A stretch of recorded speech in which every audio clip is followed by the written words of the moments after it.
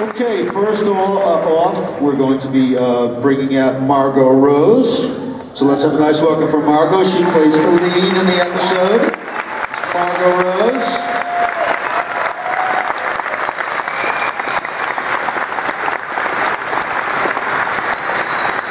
Yes, please, Margot, it's fantastic to have you here. So great to have you here.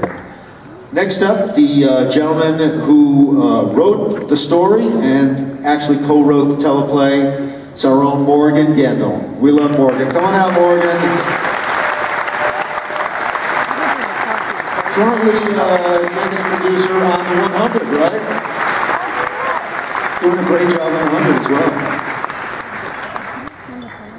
Yeah, good idea. And last but not least, please welcome Sir Patrick Stewart.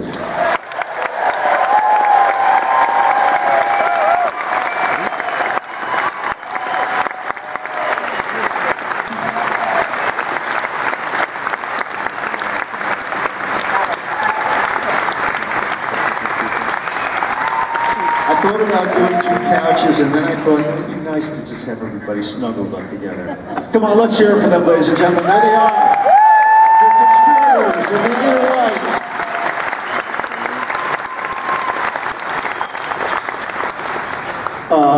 Patrick, I greatly regret that Daniel isn't here with us. Me too. That is my son, who is in Inner Light, playing my son. And he's the same guy who was playing my son in Blunt Talk, if any of you watched Blunt Talk. If any of you can find out why we cancelled, I'd appreciate hearing it. My son was going to be here, right? He was booked, but the lucky lad did a great job working at the Royal National Theatre in London, and he's got a job for 6 months, so I'm very proud of him. Proud Daddy. So, since Daniel is in absentia, can we just speak a couple of minutes about his contribution to the episode and how it felt like working with him, and if you can kind of recall how it went down during the actual shoot? Yes. He was very nervous, I remember. I think it's possible he had never seen a film camera before. That this was his very first time on camera. The only other time I'd worked with him was when he was doing his A-levels, which are the last exams you do before college or university. His set text for his English exam was King Lear. And we sat in his room for several weeks and read it and talked about it and worked on it. And my primary memory of that is that I kept having to excuse myself because I was crying too much while reading. There was something about reading King Lear's lines with my son playing the other roles. It was very, very emotional. Well, I've been offered the part now in 2020. If we're all still around then, come and find me. Which we will. Well, hopefully, yes. I'm not sure that I'm up for it, but I'll probably give it a go. You know?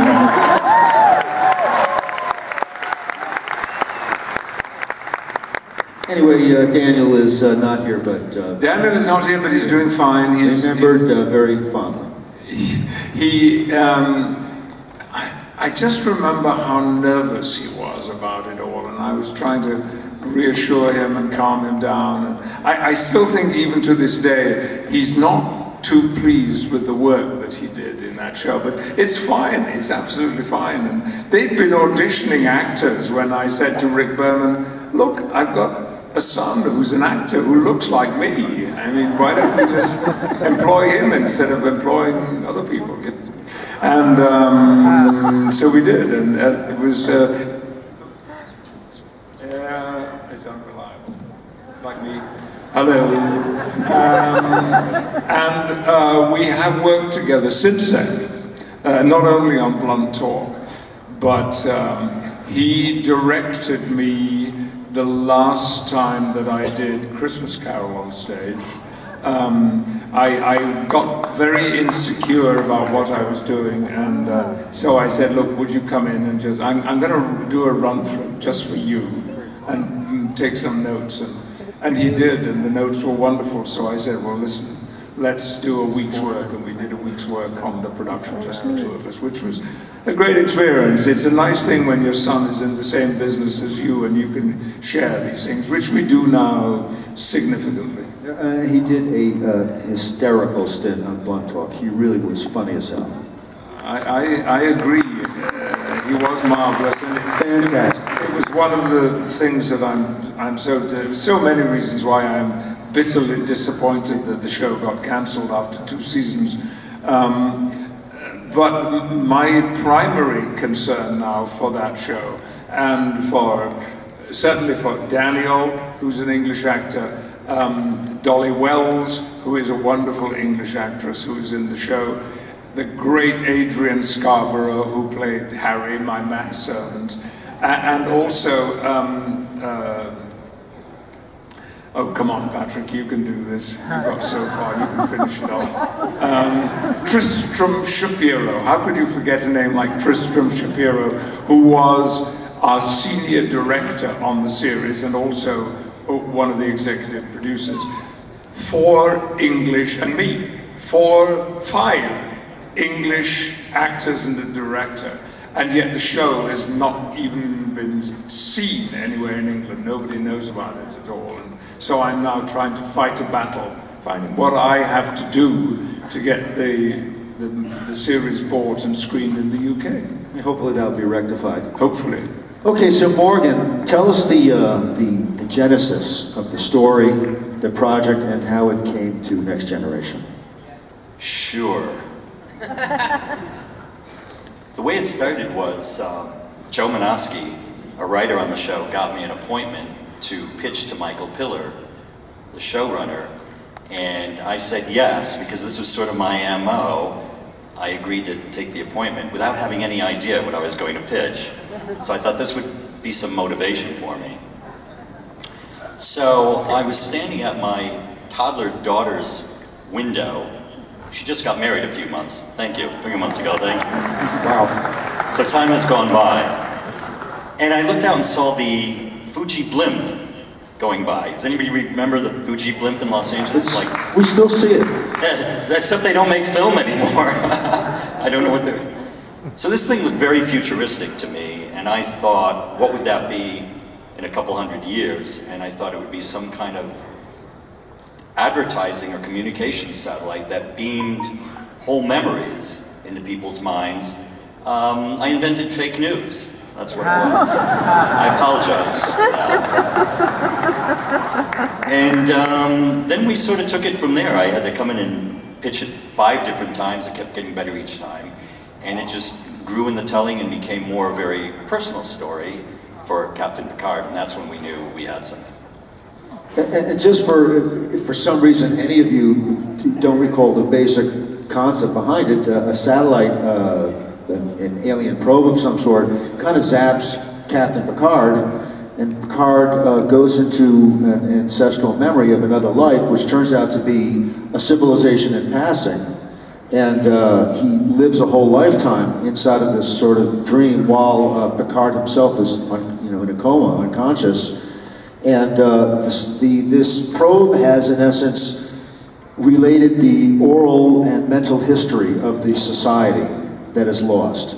Yeah, it's carrying on the memory of a civilization we later learned had died already. What is the MO, what is the reason, the raison d'etre, for them having created this way of perpetuating the history? Were they trying to present a lesson to the societies that would come upon it subsequently, or is this just really carrying the memory so that they can carry the memory forward? I think they knew they were going to die because their son was going nova, and this was the only way they could live on, was by finding one man good and true, this guy, to have these memories inside his head and carry on the memory of this civilization. Let's talk a little bit about what the way the episode is structured. Your first act, basically, they encounter the probe, and Captain Picard gets zapped, and he suddenly finds himself in another life.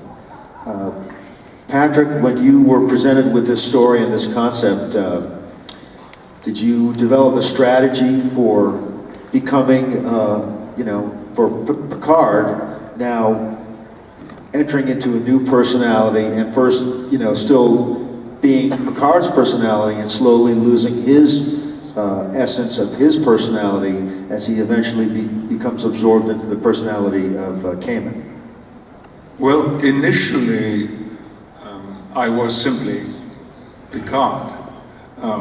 I'd been zapped and then I came around and I was in a strange place that meant very little, nothing to me at all, but I was Captain Picard. And gradually, this had happened to me, and I knew I knew there was an Enterprise. I knew I still Picard's ego. Yeah, Picard's ego and experience, but he had been transformed, translated into a different society and civilization, and as it turned out, it was one that he became very fond of and affectionate about, and met a wife and then they had children and grandchildren, and gradually, and this was the most interesting part of the script to work on, very gradually the memories of his other life disappeared. Not completely though. There was always an element of them there, and he completely committed himself to living a totally other life than the one that he had spent on the Enterprise and in Starfleet. Until there was the very powerful and emotional scene at the end when he learned the truth about what he had been experiencing and what happened to him. One of the great moments in the 7 years of the series, I think that, one that I know I felt very emotional about performing when we shot that scene.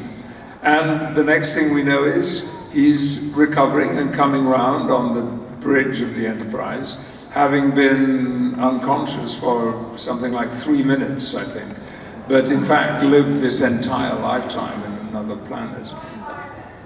25 minutes! You stand correct. Do you know how much I hate you?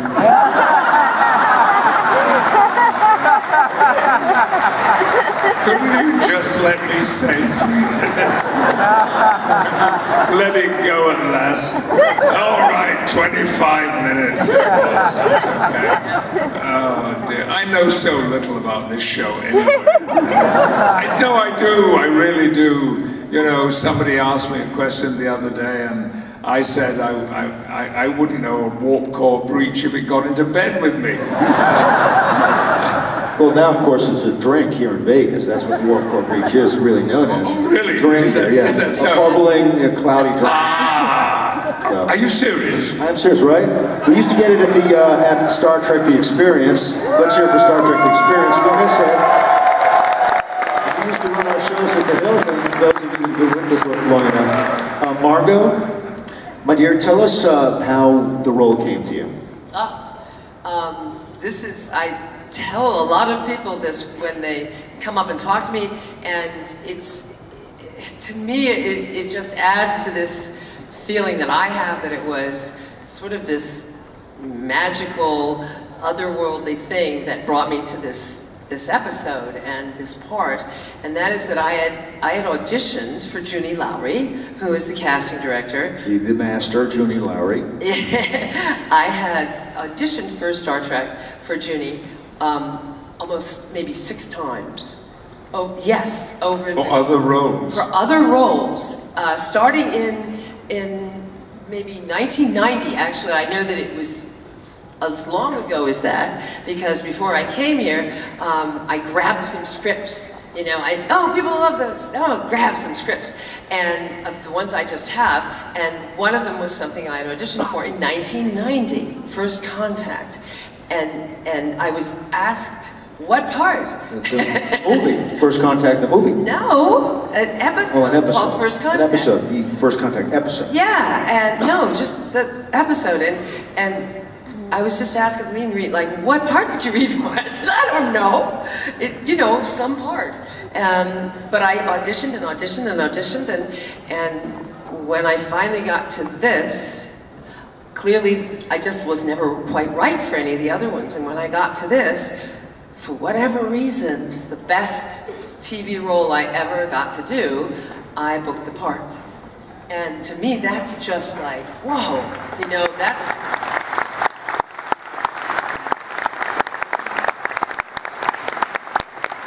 I think that Patrick was incredibly generous as a companion actor to in the relationship to your character, and the way that Cayman relates to Aline is so touching and romantic and real that you were very blessed to have Patrick, who could give so much to you and then end up with something that felt so real and memorable. Yes, I think we immediately, you know, like made a connection, got it about each other, and that's the other thing I'm asked all the time is, you seem so, you know, it's so real, this relationship, and so genuine. Yes, so genuine, and what was it like, and how did you get, you know, did you rehearse for months, you know, but of course, it was the regular TV schedule, what, 10-day or whatever it was, and we rehearsed as much as you can for television, but I think we kind of dropped into our spot, you know, very, very quickly. It's called chemistry. Yes. Right? Yes. And you don't get it that often.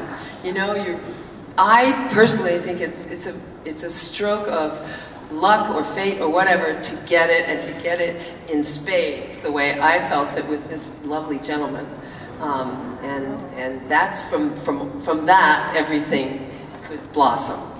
You know, from that initial chemistry and that yes, I see you, you see me, we're on this track and on this track and, sorry,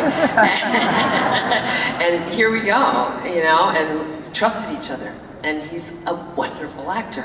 Yeah, I mean, it's serendipity and it's fortuitous, but also it is great craft work.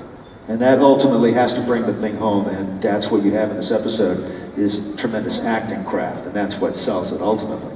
Now, I kind of broke the episode up because I guess TV is in a 5-act form, is that right? How you, so in the second act, we find Cayman beginning to adjust to the reality, or rather Picard adjusting to the reality that he is now becoming Cayman and a member of this community, and he begins to grapple with the penny whistle or flute, whatever you want to call it, but he begins to deal with this thing. And Morgan, I feel like the penny whistle has got to be a metaphor for something.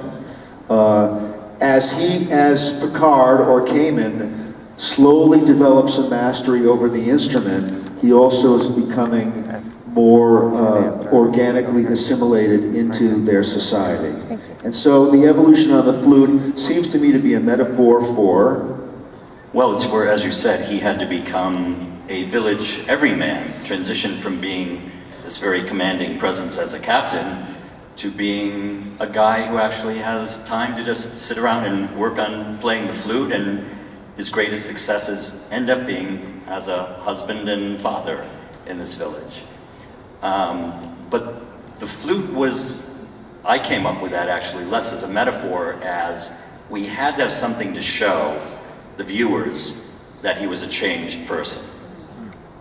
That if only, to be accurate, 20-25 minutes, that's what Riker said. Riker wasn't keeping good track. I thought, considering his captain's lying there, he should know the exact time. But he's very casual. He says 20-25 minutes. I was in 10 forward getting a cinnamon bun.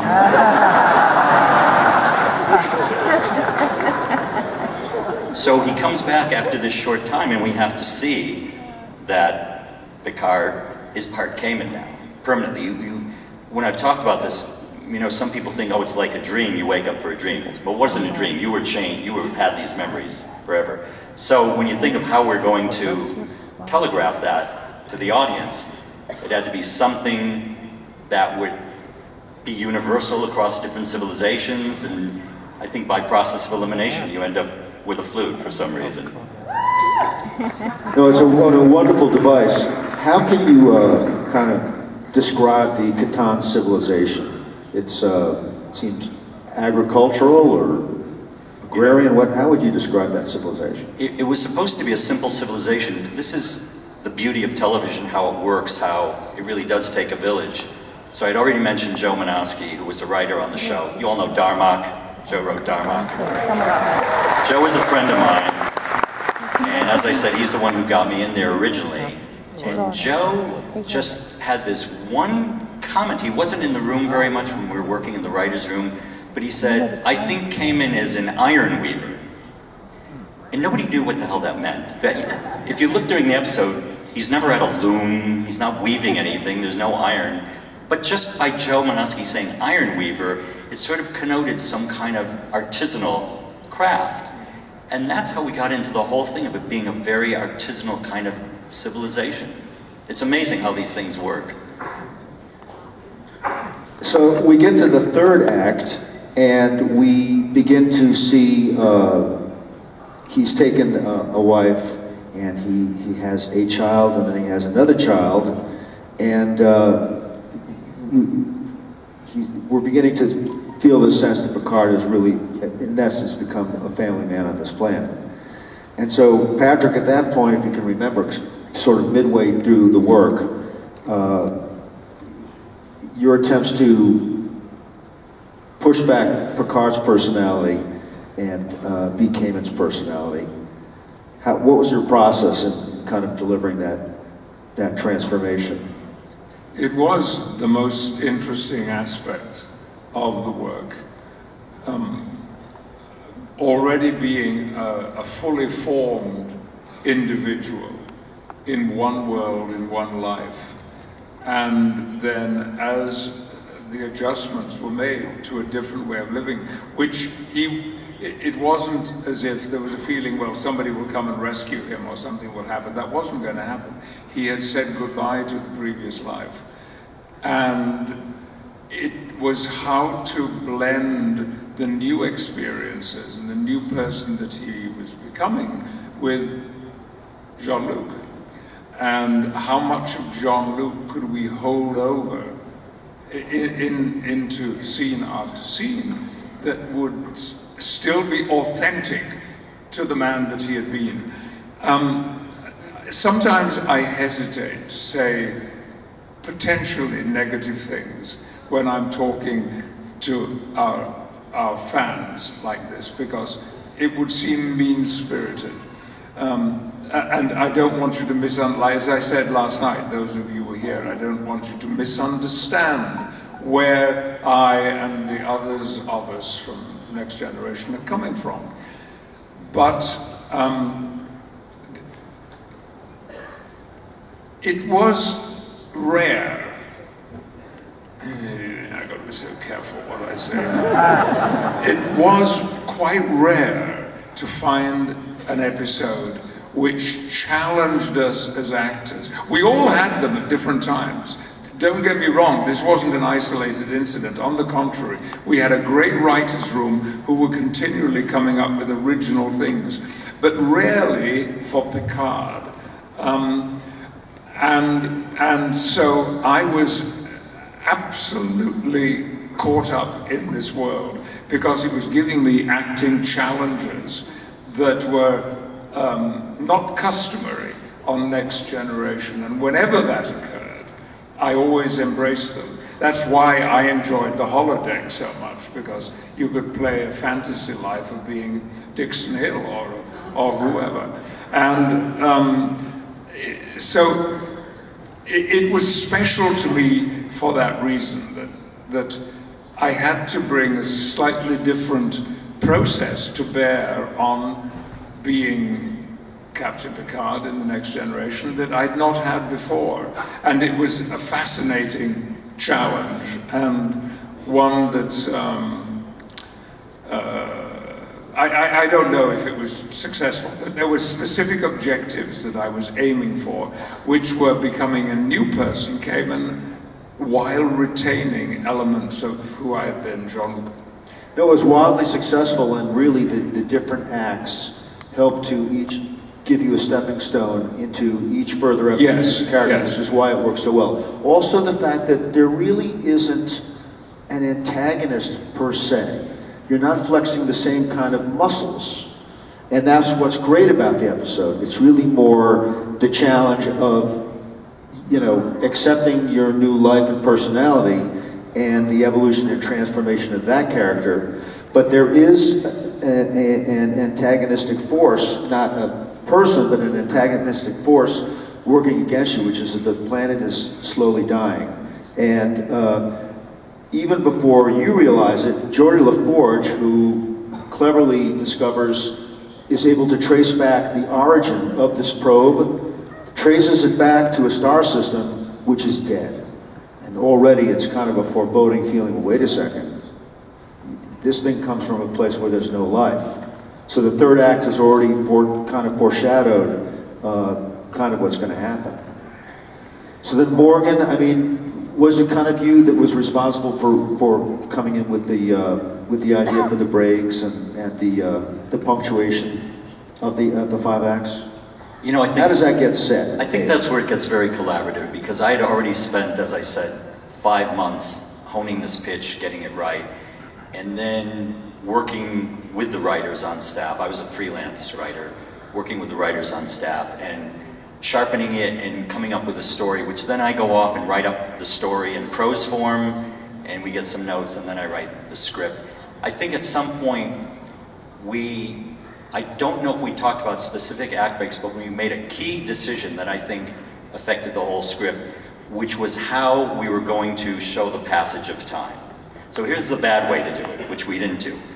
You cut to, came in looking out the window, and then the scene changes and there's snow falling, so you know the seasons have changed. We resisted doing that, and we decided that between commercial breaks, the act changes. The act changes are where we're only gonna jump ahead in time in Cayman's life during the act change. And it's a great device, much better. And once we came upon that, and I can't say at this point, we're so collaborative at that point. It's me with Michael Piller and Jerry Taylor. I wouldn't be able to say who exactly said that, but we agreed, and that was a key device that affected this episode. And I think that's what gives you the feeling that he's changing and yet retaining the card, because if it had been like kind of a scene, then a scene, then a scene, you'd lose track of it. But every time you came back, then I don't want to step on what you did, but he comes back and his children are older. It keeps growing with each act. Yeah, I mean, each act feels almost like a mini movie or a mini story unto itself, which is remarkable. Margot, I just wanted to talk a little bit about Eileen's character arc over the course of the episode. Can you kind of relate it to us, how it was for you and how your process and sort of following that transformation and that character arc? Yeah, absolutely. It's interesting because just today, especially because today and yesterday, you know, my head is full, you know, of the people that have come and spoken to me and the questions they ask, you know, and the observations they make. And this one fellow came up and asked me if we rehearsed, or if there was, you know, a script before or whatever, who was your husband before it was Picard? Do you know? Like, he must have been bald, or, you know, like that. And you know, my answer was no. You know, no, we didn't have a backstory of, you know, me with, you know, Marvin as my first husband or anything, and you know, or if there's a Marvin out there, I'm sorry. But you know, I never approached it from any other place, other than this is my present, you know, and this man is my husband. You know, there was never some other like, oh, you know, now he's him. It was never like that. This was the only reality that I had as an actor approaching the part ever. You know, it wasn't like, well, what he's a visitor here, it's his memory. It was just, I believe, is the only way I could see it and approach it and work it, was that this is my present, this is my world. There's nothing else here but what you all see, what I see. And this guy, you know, I remember the day we were married. Best day in my life. And I think the main thing that happens at the beginning is that I just think that he's saying kind of weird, nutty stuff, and he must have a big fever still. Do you know, like, I think when you hear people do that in life, you know, we don't necessarily go nuts at first. We just, it's like, this is my guy and I love him and he's been ill and whoa, why are you saying that? But I'm not going to say that to you. I'm just going to say, you must not feel too good. You know, and I think that what happens with her, and that's off screen, is as time goes on, clearly Jean-Luc Picard came and tells his wife where he came from. You know, that obviously doesn't happen right away. And you know, she's like, do you want soup? And he's like, you know, anything you could tell. And you know, it's like, what the, but I'm accepting it because he's my husband and I love him and there's not an ER available. You know, it's like, right? So let's just ride this out. And clearly between, I don't know what of the acts, I think 2 and 3 maybe, if we're breaking it up that way, my husband speaks to me about this place that he's from. So I think I have no choice but to get on that train and ride it, because I have to, whether I really think it makes any sense, I have to believe it from him. So I think that arc is that I don't know what the hell he's talking about, and come on back to me, come back to me. And when he tells me, it's, I think, good news because he's sharing that. You know, he's letting me in on this weird secret that I've wondered about. The bad news is that he is still not all the way here. He's absent. And she talks about that to him and challenges. I challenge him at a certain point, like, you're still not all here, dude, you know? I mean, you're still half gone, you're still partly gone. I want all of you here. And, you know, he's still holding on to say, you don't, how can you expect, and did you ever love any, you never talked about anybody that you loved there. What's that all about? But in which he does not answer that question, but just, you can't expect me to let go of a whole lifetime. In that dynamic tension, Picard came and straddling 2 lives and 2 personalities is part of the genius of the show, and also, forgive me for saying it, Patrick, but an amazing performance from you, delivering it in that manner. It's a remarkable performance. So I realize we have people with some questions. We get to the 5th act, and Picard came and suddenly has his epiphany. Oh my God, I am the messenger for a society.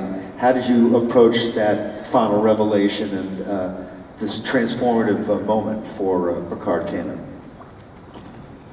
Well, moments like that simply have to be lived and not technically prepared for.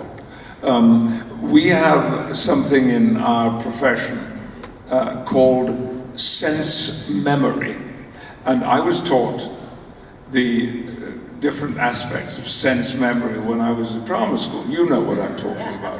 So for actors, and I'm sure it applies for writers and maybe for people who run businesses, nothing is ever wasted on you, ever. I mean, the other day I had injections into my knuckles of my hand for my arthritis. And it was, you know what doctors say, this might be a little uncomfortable. Well, I had to have 8 injections, and by the second one, I truly did not know how I was going to make it. But I did. And I made it by saying to myself, remember how this feels, Patrick. Take it all on board, the pain, the worst of it, the fear that you feel of the next needle going in, store it all away. because one day you might need it. Actually, I've already used that in something that I've just finished filming. So this sense memory thing is wonderful because it means that no experience is ever wasted. And so, and here's the thing about sense memory. I'm sorry, I'm please. Diversion here, but the sense memory that the actor has does not have to be identical with what the character in the film or the play is experiencing. Rather, what it does, it gives you an impulse of a feeling of what it felt like when you were having an experience, and you use the feeling in the dramatic reconstruction, the play or the movie or whatever it is. So you can blend all kinds of experiences to make a new one in an acting situation, and that's very much what I remember doing in those moments towards the end of the episode. It's kind of a muscle memory in a certain sense. Yes, it is. It is.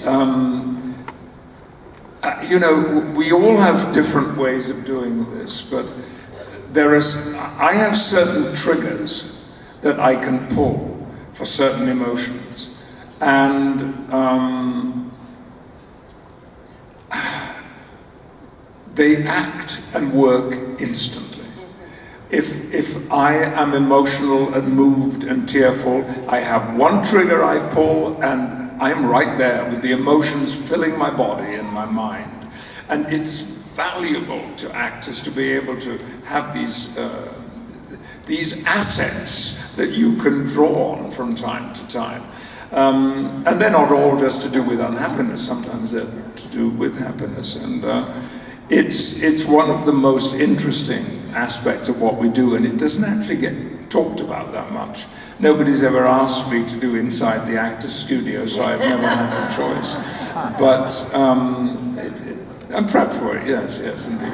It's a pretty well much 2001 moment when it hits in the episode. I mean, it just is a really incredibly powerful moment.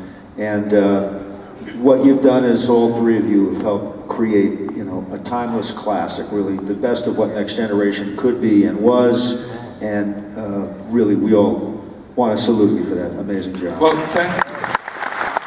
Thanks. I'm going to say something. There were only a handful of episodes in which I was spending most of my time with other characters other than the crew. And that made a huge difference. And the cast of Inner Light, all the people that I spent my working days with while we shot that episode, were so immersed in what they did, so truthful in their interpretations of the characters. The acting skills were outstanding from everyone, and certainly from you. You know,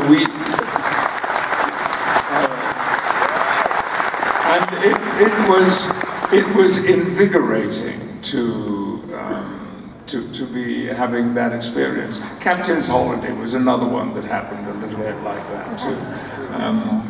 And so that is, I think, my dominant memory of how much I enjoyed acting those scenes. One of the things that isn't too well known about this episode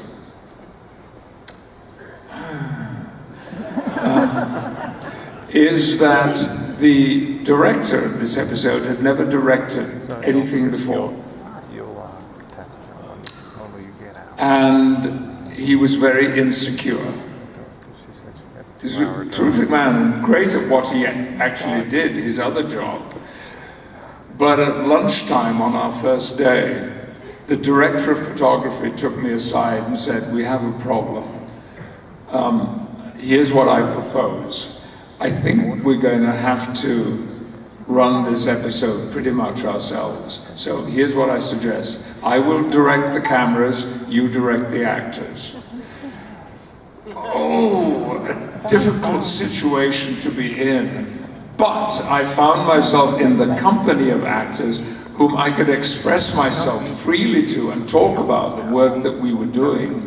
And it made for me an app, because I directed some of the shows, but I'm not really a director. And it made it, yeah. Well, that's all faking. I'm a good faker. It was one of the most authentic and rewarding experiences that I had, because our Marvin, that's your Marvin for you, our Marvin had given me this additional role to play in this particular episode, which also makes it, because I was carrying a different responsibility, it makes it one of the handful of most important episodes in the whole series. Right on. Just as a PS to this, because I've recounted this in several different ways that are, I have that, you know, I try to be very politic about it, and sometimes don't say what it really was, but just that you were very involved, you know, in all the angles and all the, you know, I mean, that you were involved, you know, to a great extent, and I've mentioned to a few people surreptitiously, you know, that story, but the one thing that I would add as a PS to this is that one of the things that I remember the most and carried with me is that the original director of this was grateful for the help, you know, and that you and the DP were, Marvin, were,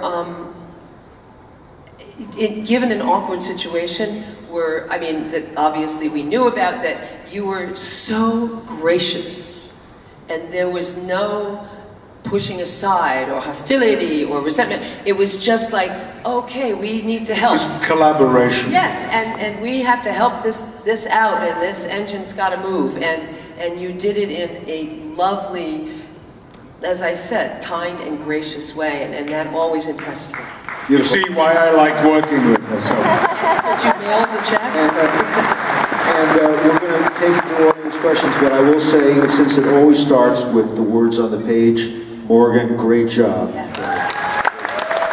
the key word you referred to tonight is collaboration.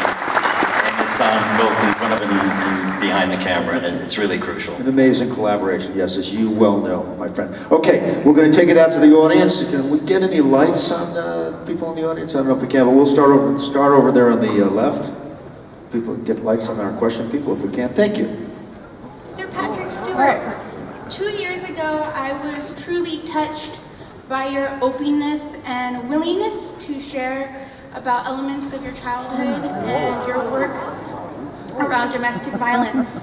So my question to you is, can you speak to what are some of the biggest challenges you have faced in your work to bring attention to and stop domestic violence? Are you asking me in connection with my acting work or my campaigning? Your campaigning. We're a little off the subject here. Yeah, it's really not, this is not really the forum for that, but if you want to take 30 seconds. Yeah, I will, because it is important. And I didn't approach the subject with you yesterday. My childhood introduced me to the world of domestic violence, and there was nothing that I could do to help that situation then, but try to keep myself safe, and my brother, and most importantly my mother. And then I became aware about 12, 14 years ago of an organization called Refuge in England, who had read a statement that I had made about issues to do with domestic violence, and particularly with the way in which the police approach these matters in an unhelpful and mostly ineffectual and sometimes dangerous way. So I was invited to get involved with the organization, with Refuge. They're a charity, and they are the biggest domestic violence body in the UK, and have made enormous advances, particularly in those areas of how the law handles issues of domestic violence. There have been great changes, and I applaud the police for that. So that's, you know, I don't have a lot of spare time, but I make speeches and I write things, and whenever I can, I appear at events. And I have found now that, and I do these things for my mother, because I couldn't do things for her then. I was helpless. But I have to add this, because over the years, my father got a very bad press from me. And a few years ago, during a program for the BBC called Who Do You Think You Are? And finding to my absolute astonishment and dismay, the subject of the program was going to be my father. During that program, I learned what I had never known, my brother had never known, and I suspect my mother had never known, that in 1940, my father returned with the British Expeditionary Force who were able to escape from France. It's what Dunkirk is about, the movie that's out now. Well, he was one of the last people. He left on the last boat out of France. And he returned to England suffering with severe PTSD, for which there was no treatment then. Men were just told, be a man and pull yourself together. Which is no good at all. And and I've discussed this with experts on this matter, all of my father's behavior was classic symptoms of post-traumatic stress disorder. He was ill. Now that does not mean that I condone the violence, but he was sick, and nobody for one single moment gave him any help. So now, for my father, I work for an organization called Combat Stress, which particularly deals with PTSD. Very good. Can we please stay on point with our questions, okay? Questions about interruptions.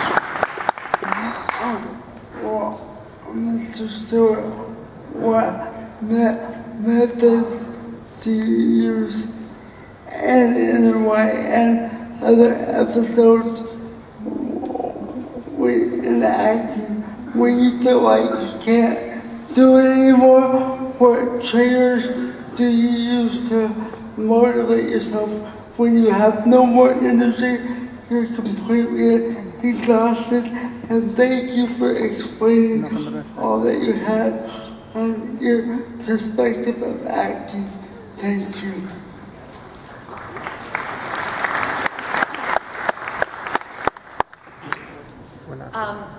Thanks very much. It was for Patrick, see? He tried to pass it to me. I thought that, no, I wasn't passing it to you. I wasn't dodging the issue. I thought that you would address the question to all of us, to the three of us. When conditions are difficult, I talk to people. I think that's what I usually do. I look for advice and counsel and help in trying to find a way out of the problems that I'm stuck with. And, you know, show business people get, on the whole, a pretty bad press. You know, we're completely self-absorbed, we're arrogant, we are patronizing, so many things. In my experience, that is absolutely not the case. Somebody said to me the other day, how do you want to die, Patrick? And I said, in a rehearsal room surrounded by actors.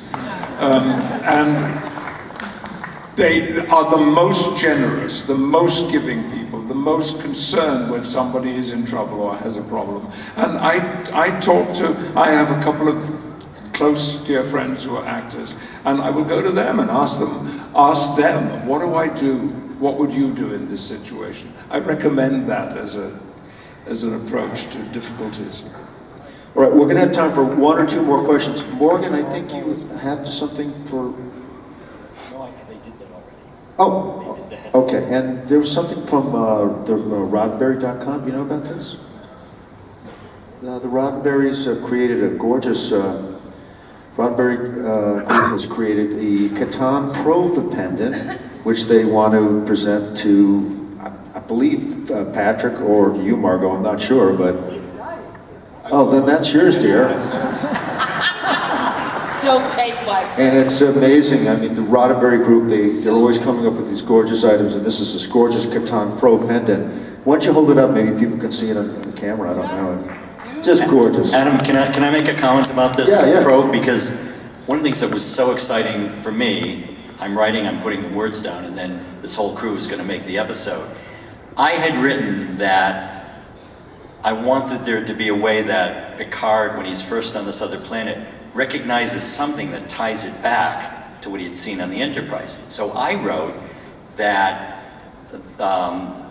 Eileen was wearing a necklace and it had an inscription on it that matched some alien handwriting he had seen. To my joy, I saw that what the production crew came up with is they made the probe and the necklace the exact same shape. Perfect. I thought that was brilliant. That's great. All right, we've really got time for just one more question, please. Hi, my question's for Margot. Hi, Nikki. Hi. Not a plant. I was wondering, when you portrayed the character, did it differ at all from how you originally thought you would portray it when you got the script? When you started interacting with Sir Patrick and the rest of the cast, did it change at all from how you thought you would originally do it? That's a great question, and I think that what I usually do is I read that script. I knew I wanted to do it.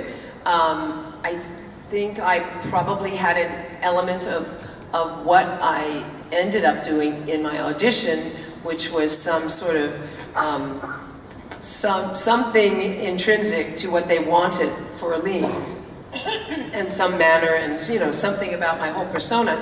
And I had an idea, of course, or ideas, but they're not hard and fast when I read a script. I don't know about you, Patrick, but I mean, I have ideas, I see it, I visualize it, but I, for one, feel as though they sort of go out the window, not that they're not still there, but I'm not carrying them with me when I walk into a first table reading, if it's television, or if it's theater, or first rehearsal. And I had them, they're still back here, do you know? But the best thing I can do is simply show up and listen as much as I can, which is the biggest thing. When I see an actor who listens on stage, it is the most compelling thing that you can watch, is somebody who's engaged and listening when they're not even talking. And I look at them and I go, wow, you got it, you got it. And that's what I strive for, is to just simply be present and not have too many preconceived things about what I want to do, and just take it from the moment, you know? And that's so much of what I got to do, and that I think we were lucky enough to do in the episode. We were both, and God, Sir Patrick, you get to be present, you know? And the ship sails and you have lots of work in you, but you don't know exactly where it's going. Is it like that writing? Is there something similar? Yes. Well, there you have it. Inquiring minds wanted to know, and now we know. Ladies and gentlemen, please, big round of applause for Margot Rose, Gendel, and Mr. Sir Patrick Stewart. Give them a big round of applause, folks.